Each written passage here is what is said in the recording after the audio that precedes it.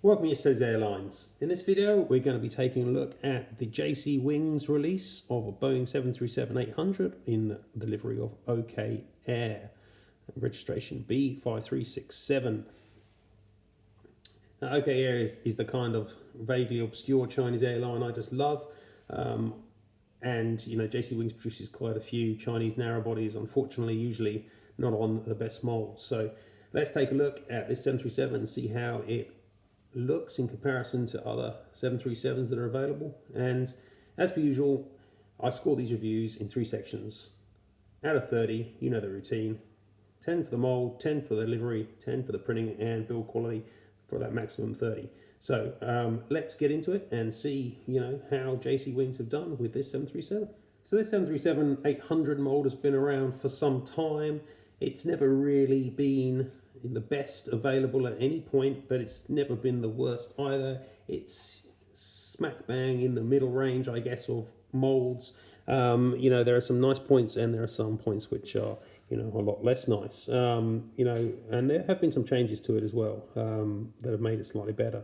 So the nose region is not too bad. It's not spectacular. It's solid. It's pretty good. But the thing that tends to jump out when you look at the nose area on these JC Wings or Gemini 737-800s is that the whole kind of nose gear looks kind of wrong. I mean, you tend to think that, you know, the nose gear tire is too big and it might be a tiny amount, but I don't think that's the problem. I think it's just the fact that the nose gear doors are the wrong shape. They should follow the line of the upper fuselage here, and they just don't do that at all.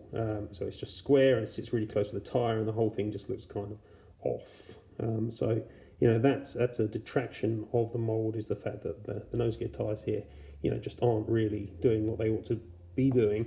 And if we compare it with the NG models, which is obviously best in class, you'll see that the nose gear follows the line of the fuselage and is you know, the doors follow the line of the fuselage anyway, and is much nicer. It's just generally better across the board there. And you know, the previous best before NG turned up was the Panda, and again here I think that again they've done a better job with the nose gear doors. So I think that the JC is firmly, you know, falling behind in that area. Now looking at the engines and the main gear is pretty nice. No major issues there. And the engines are okay. They always tend to be a little bit squashed, and I don't think they carry quite as high on the pylon as we'd like. One of the things also I just noticed, and I never noticed before, is how far back the engines actually are in the nacelles. They're miles back. So far back you can barely see them on the video, I think. Whereas if you look at the Panda mold here, you can see the engines are quite close to the front. And again, if you look at the NG mold here, then, you know, they're quite close to the front. So, you know, that's surely not correct. They're way too far back. I hadn't really noticed that up till now, but they're miles down that nacelle. The other thing which I don't love on this mold is the winglets. They're kind of too tall and they stand very straight, and they've got a very straight line coming across the wing here into those, which again isn't, I think, accurate. If we look at the Panda, then, you know, they've got slightly, still quite straight, but it's still not as straight. If you look at this, and they kind of stand up, and on this one they're slightly pushing back, which is nice. And again on the NG, which has, you know, yet again the best line, where the winglets don't exactly just start at the edge of the wing, they push back slightly recessed, and again, and they have a nice angle to them, which you're just not getting with the JC Wings version. So yeah, again, it's not spectacular there. The tail region's all good. I don't think there's any major issues at the tail. It's fine. It's got a tail bumper. It's, you know, not bad. But the mold itself, you know, is falling down just because, you know, I don't really love this area here. I don't like the winglet particularly, and the engines also, you know, I'm not thrilled. This is definitely scoring, say a 7. You know, if I was being really harsh, you might even give it a 6, but I think that's being too harsh. I think a 7 is a reasonable score for this mold. It's not as nice as the Panda, which I have lots of, and it's certainly not as nice as the new NG mold, which increasingly I have lots of. But at the same time, you know, beggars can't be choosers. Nobody else has produced an OK Air 737-800 in this livery. So moving on to the livery, this is actually OK Air's original livery. OK Air is one of China's first private airlines, and it did struggle quite a bit to begin with. But it had this rather nice scheme with big gold OK letters and this purple tail colouring going on. And more recently, it's gone for a much more sedate and boring scheme with small OK Air titles, and now everything's orange. I'm not really sure why they made that change. The old scheme is nicer, but they did.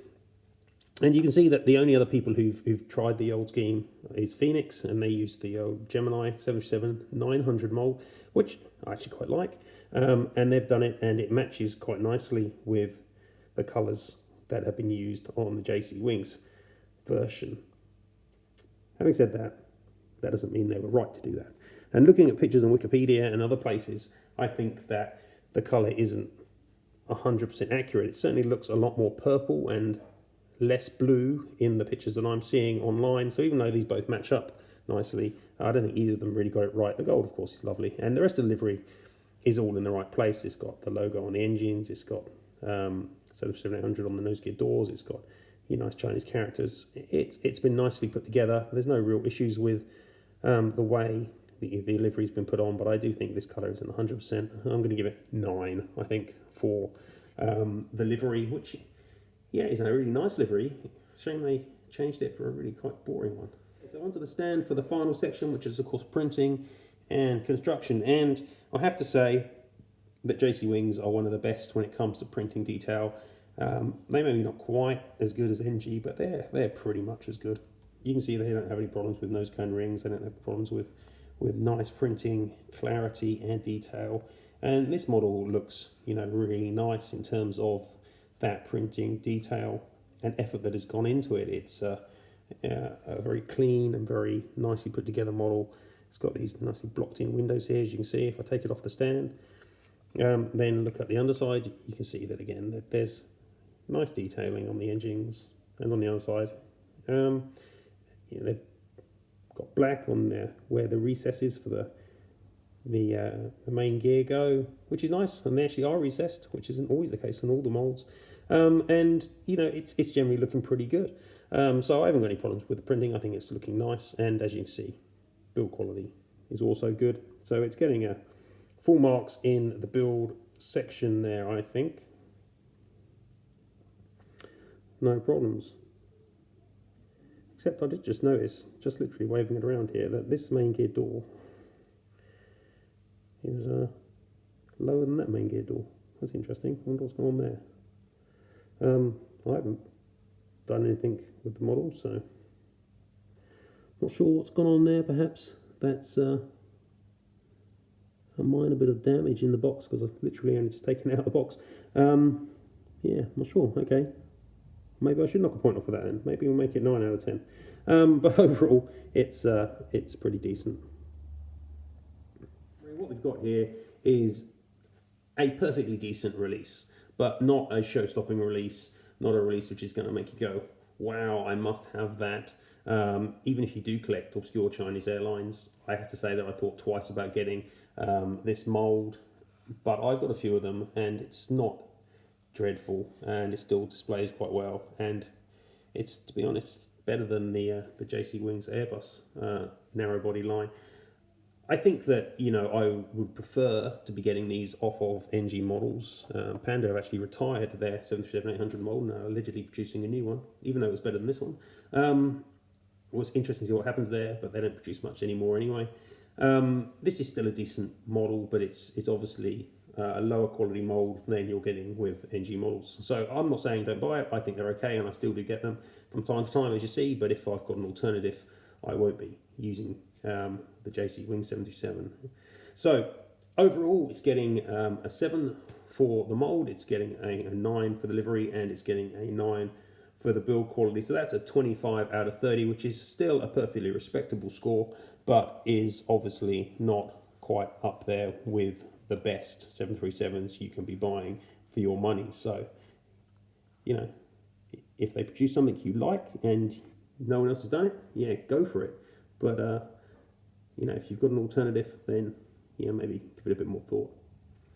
So, anyway, that's another review over with. Hope you enjoyed this video, and like and subscribe to the channel, and obviously check out yesterdaysairlines.com for tons more information on collecting in 400 scale. Thanks very much for watching. See you later.